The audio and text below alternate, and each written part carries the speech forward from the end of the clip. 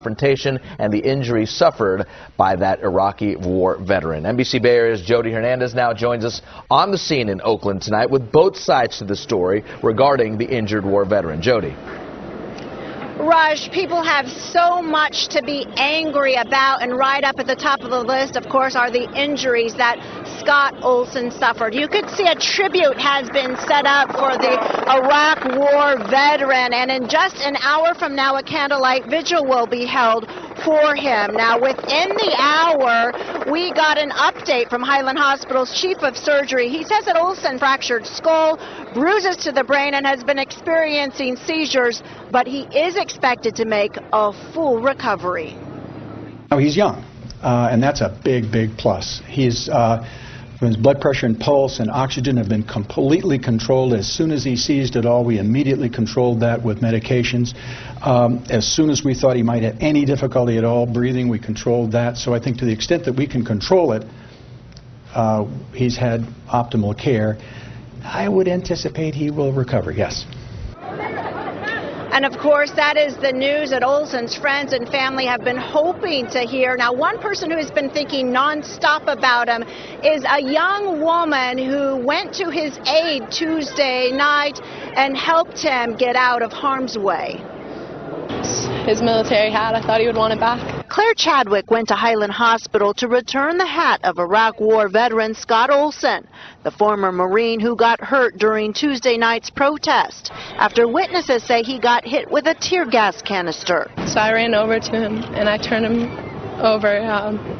His eyes were rolling in the back of his head. He was bleeding out of his mouth and from his head. And I was saying, wake up, like, can you hear me? It makes me really sad.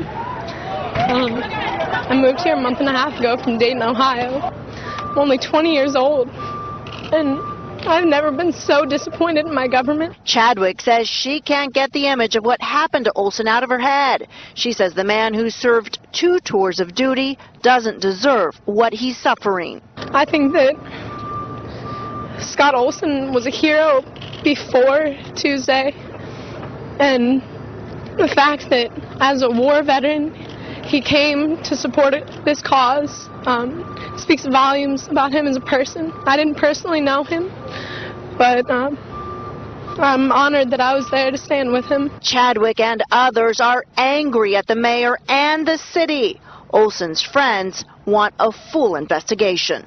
At the end of the day, it's not unlike the military. At the end of the day, this commanding officer is the one that is responsible for his unit's actions. I really hope he makes it through. I've heard that he's in very critical condition, and it's awful. I really hope he can pull through, and if he doesn't, I'm a little nervous about what's going to happen in Oakland. Again, we have learned that he is expected to make a full recovery. That is great news. Meanwhile, as we mentioned, those tents are going back up tonight. We counted at least a dozen tents that have been pitched here at Frank-Ogawa Plaza. People are coming from all over the country. I talked to a woman from Seattle who flew in this morning, who saw the images on the news and felt she had to come out here to support folks here in Oakland. I also talked to somebody else who flew in from out of town. Again, hundreds of people, as you can see, are gathering here tonight. Now, we have heard that perhaps Mayor Jean Quan may come out and address this crowd. Of course, she has taken a lot of heat over what has happened. We also understand that Quan earlier today visited Scott Olson at the hospital.